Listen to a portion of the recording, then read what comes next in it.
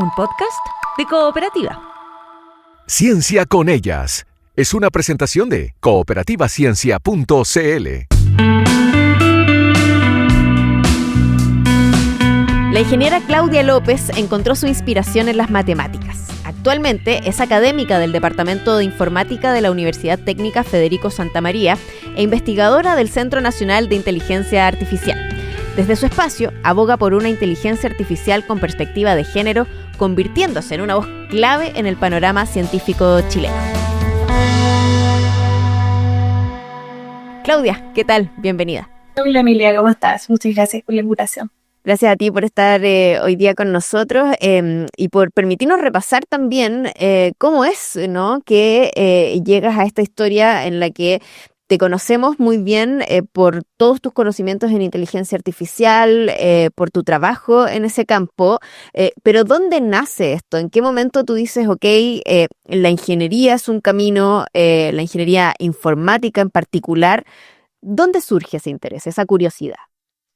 Yo creo que son pasos chiquititos o decisiones pequeñas que uno va como tomando, al menos eso es lo que me pasó a mí, como inicialmente la ingeniería era lo único que hacía sentido porque en mi mente la gente que entendía bien matemáticas era ingeniera, y entonces como me iba bien en matemáticas hice ingeniería. Entré a un plan común en la Santa María, que es donde yo trabajo, pero también es donde yo estudié.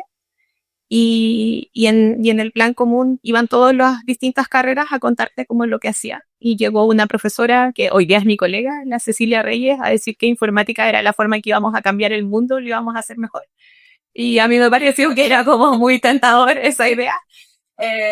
Y en el camino he encontrado que de verdad la informática como que sirve para cambiar el mundo, pero sobre todo lo que a mí más me gusta es que es un área muy diversa, que uno puede desempeñarse en distintas cosas, que con una formación en general en informática o en ciencias de la computación uno puede ir a trabajar a un banco, como puedes ir a trabajar a una radio, como puedes ir a trabajar en inteligencia artificial o en computación cuántica. Hay un montón de distintas formas en que uno puede hacer informática y donde uno puede ir a aportar desde los saberes de la informática. Y la llegada a inteligencia artificial fue de nuevo bien casual. Yo estaba enferma de COVID en el 2020, botada en la cama, y me puse a leer un libro que se llama Feminismo de Datos, y me pareció que era súper interesante la mirada de cómo la inteligencia artificial había que pensarla y repensarla desde una perspectiva que entendiese las desigualdades que tenemos en el mundo. Y que si es que íbamos a tener una tecnología que iba a basarse en los datos que habíamos recolectado históricamente, íbamos a tener que hacernos cargo de cómo esos datos iban a probablemente reproducir esas desigualdades y que hacerse cargo de eso pasaba porque algunos de nosotros empezáramos a mirar ese mundo, que yo al menos no lo había mirado antes, y que empezáramos a aportar desde nuestras distintas miradas. Yo no hacía inteligencia artificial hace 8 años atrás, y ahora llevo algo así como 5 trabajando en este tema, pero trabajo desde un ángulo, que es el ángulo que tiene que ver con la interacción entre los humanos y la inteligencia artificial. Colaboro mucho con otra gente que trabaja más en algoritmos, pero igual que como en la informática, hay mucho espacio para tener distintos tipos de contribuciones en esto que hoy día conocemos como la inteligencia artificial y que pareciera ser un campo que va a seguir creciendo y donde todavía hace mucha falta que haya más gente con distintos saberes tratando de aportar. Qué interesante cómo esa frase de tu profesora se te queda marcada y de alguna manera también te ayuda a definir, ¿no?, un camino en el que te desarrollas, en el que destacas por lo demás. ¿Cuánto influye también tener esos referentes? Todo, influye todo, influye en imaginar la posibilidad de estar y la posibilidad de pertenecer. Yo entré a la universidad en el 99 y en el 99 había 2 profesoras mujeres y a mí me tocó la suerte de 2 de 30, 2 de 28, una cosa así. Y a mí me tocó la suerte de justo escucharla a ella, la Cecilia Reyes, que hoy es mi colega, y desde ahí como que ya siquiera tienes la imaginación de que es posible estar en informática siendo mujer y siendo mujer no queriendo ser hombre, no queriendo parecerse a cómo funcionan los hombres, sino que siendo como una líder que lo hace desde su propia experiencia, ¿no?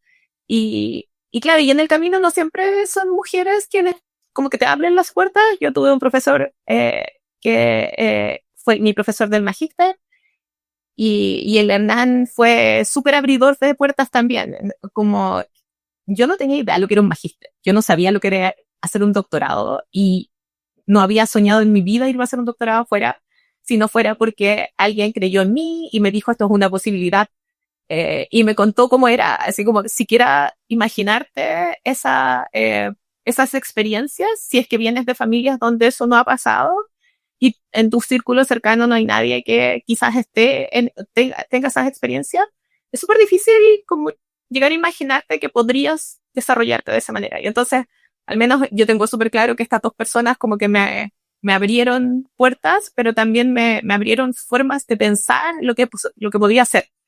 Y creo que por eso también yo trato de hacer un poco lo mismo con mis estudiantes y con la gente con que conozco, porque creo que es muy importante que la gente no necesite solo soñar e imaginar, sino que también vea que es posible.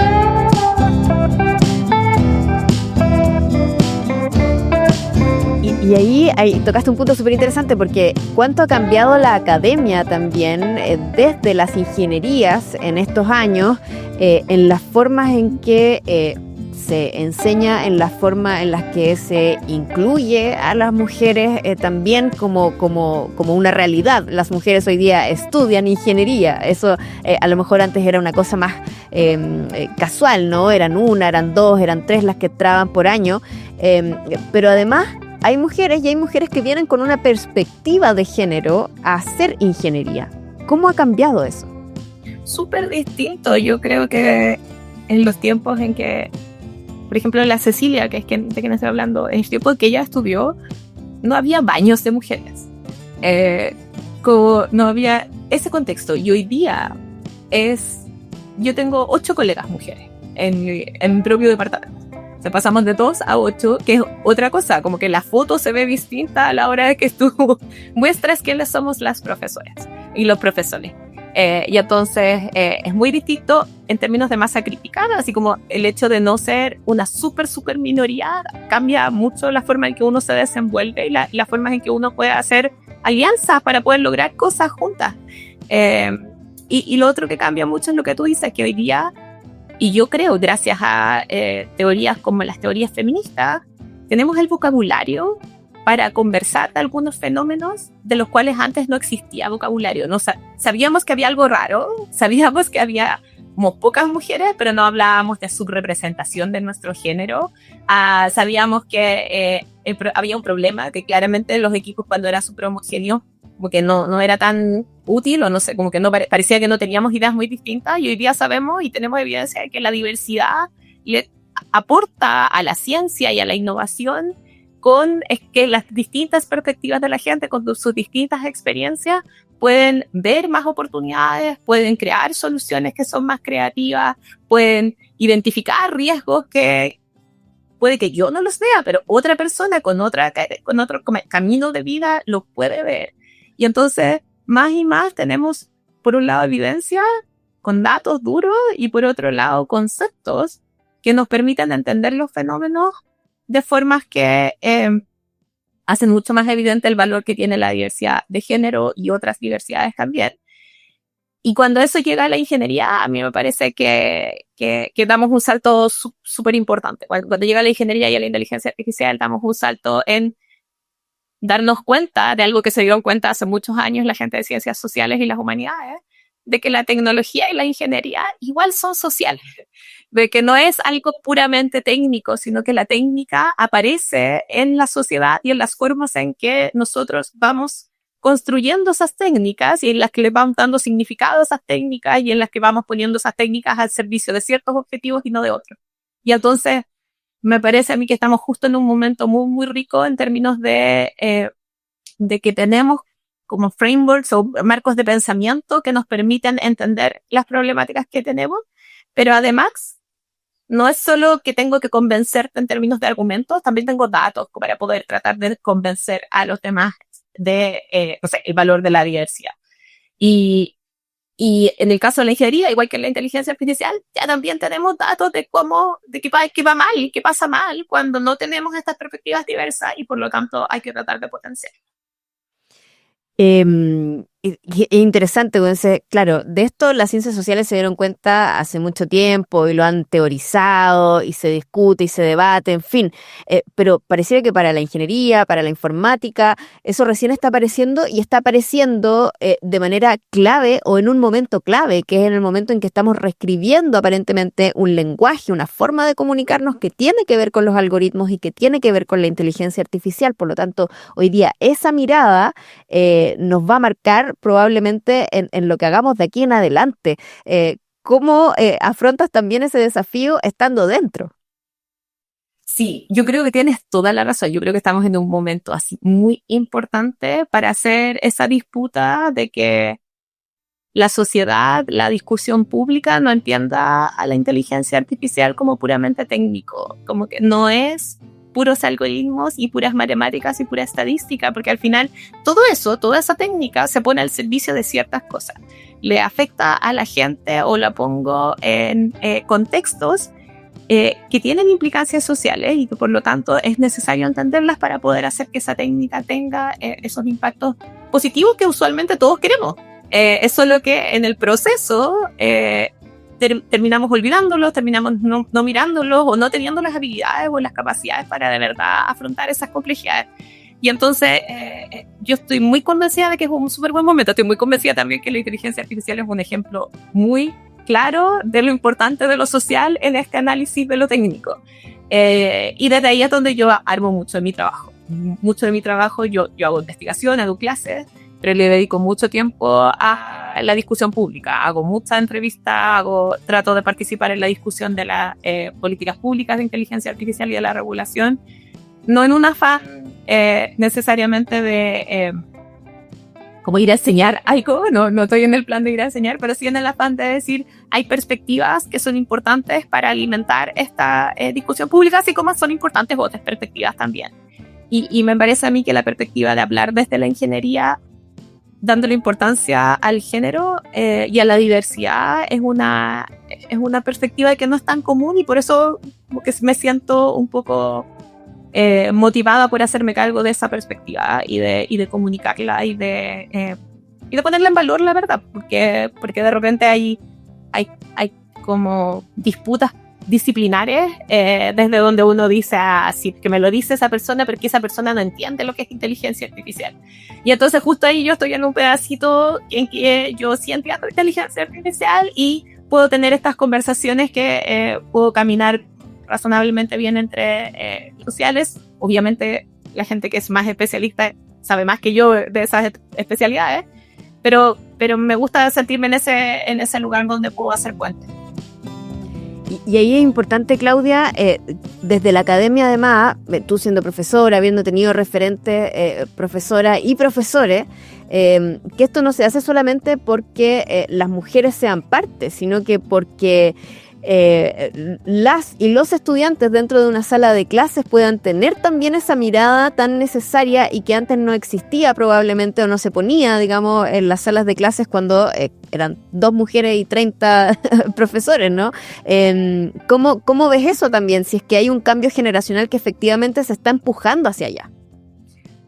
Yo siento que sí, siento que las generaciones más nuevas tienen menos, o quizás ha tenido como los conceptos que nosotros, o al menos yo, aprendí muy tarde.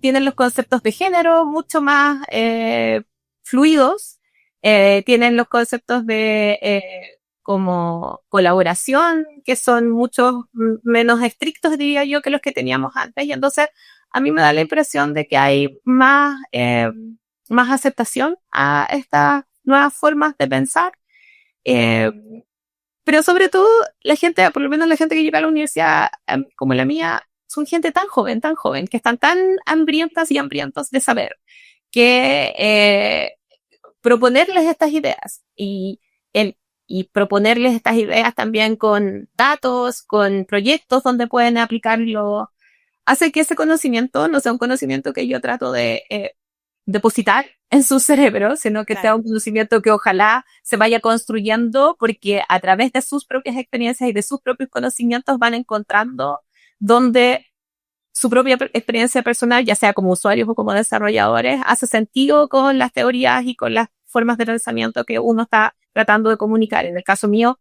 uno de mis cursos, como que todo el esfuerzo es tratar de enseñar lo que es un enfoque sociotécnico de la tecnología. Y entonces, parte de mi trabajo es tratar de hacer que para los estudiantes esto haga sentido. Y a mí me da la impresión de que tienen mucha, como buena recepción de lo que uno me está contando. Y creo que eso es muy importante porque eso es lo que yo espero vaya formando a los siguientes trabajadores en el área de la tecnología, que van a, yo creo, tener mejores herramientas para poder colaborar con gente de distintas disciplinas. Yo creo que cuando como que desatemos ese nudo, cuando desatemos el nudo de decir, aquí trabaja la gente que sabe codificar y acá trabaja la gente que sabe entender a las personas, y que estas personas no se comuniquen, cuando tratemos de desatar ese nudo y podamos hacer que esta gente sí se comunique, vamos a de verdad hacer mejor tecnología.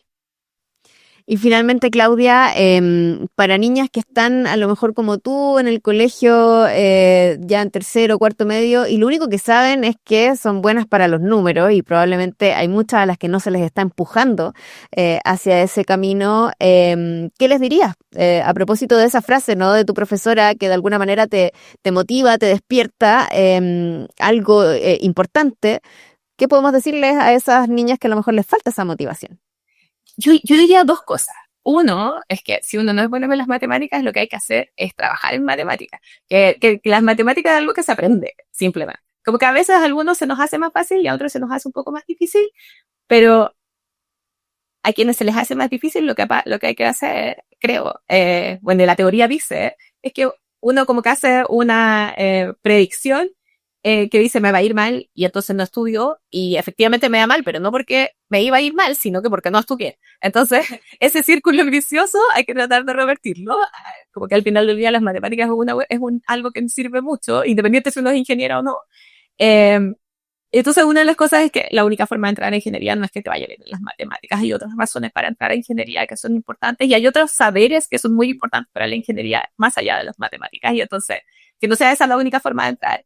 Y a mí me parece que ojalá todas las personas pudieran leer libros como, por ejemplo, Mujeres Invisibles, que muestra lo importante que es la ingeniería y lo importante que es la arquitectura, lo importante que es la tecnología y lo importante que es que haya más mujeres tratando de resolver problemas que no han sido resueltos para nosotras, porque las tecnologías y la ingeniería han sido hechas desde las miradas de los hombres. Y no es que quiera demonizar a los hombres que han hecho esto, sino más bien decir, a uno se le ocurren ciertas ideas porque tienen que ver con las experiencias de uno. Y entonces hay un montón de ideas que no se han hecho realidad todavía o problemas que no se han estudiado lo suficiente porque no hay suficientes mujeres poniéndole atención a esas tareas desde las disciplinas desde las que las pueden resolver. Y entonces lo importante es encontrar, creo yo, un buen problema. Un problema que a uno le motive y que quizás ese problema se resuelve con ingeniería, con tecnología, con informática. Y si es que eso es así, entonces estas áreas son áreas que, yo no voy a mentir, no es súper fácil estar en STEM porque uno es una minoría, no es fácil, no porque sea difícil la materia, que es difícil, pero seguramente igual de difícil que leyes y medicina, pero sobre todo es difícil ser minoría, ser una minoría muy marcada.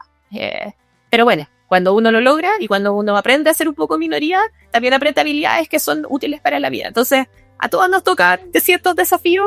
A las mujeres que van a elegir STEM en el futuro les va a tocar todavía el desafío de ser un poco una minoría, pero tanto menos que a las Cecilias Reyes y a otras colegas mías que lo hicieron hace 30, 40 años atrás. Así es que, nada, la ingeniería y la informática son campos preciosos que de verdad permiten cambiar el mundo porque permiten que la gente pueda hacer otras cosas, que podamos lograr otros objetivos, que podamos solucionar problemas que de verdad le afectan a la gente y para eso necesitamos todas las manos. Interesantísima conversación con Claudia López, académica del Departamento de Informática de la Universidad Técnica Federico Santa María, investigadora además de el CENIA, ingeniera informática de profesión ahí de la misma universidad en la que hoy día hace clases y que nos ha contado un poco más de su experiencia y de su historia. Claudia, como siempre, muchas gracias por estar con nosotros. Muchas gracias a ti por invitarme, Anuar, y que te vayas súper bien. Que estés muy bien. Chao, chao. Escucha este y otros episodios de Ciencia con Ellas en Cooperativa Podcast o en tu plataforma de audio favorita. Encuentra más contenidos de ciencia y tecnología en cooperativaciencia.cl.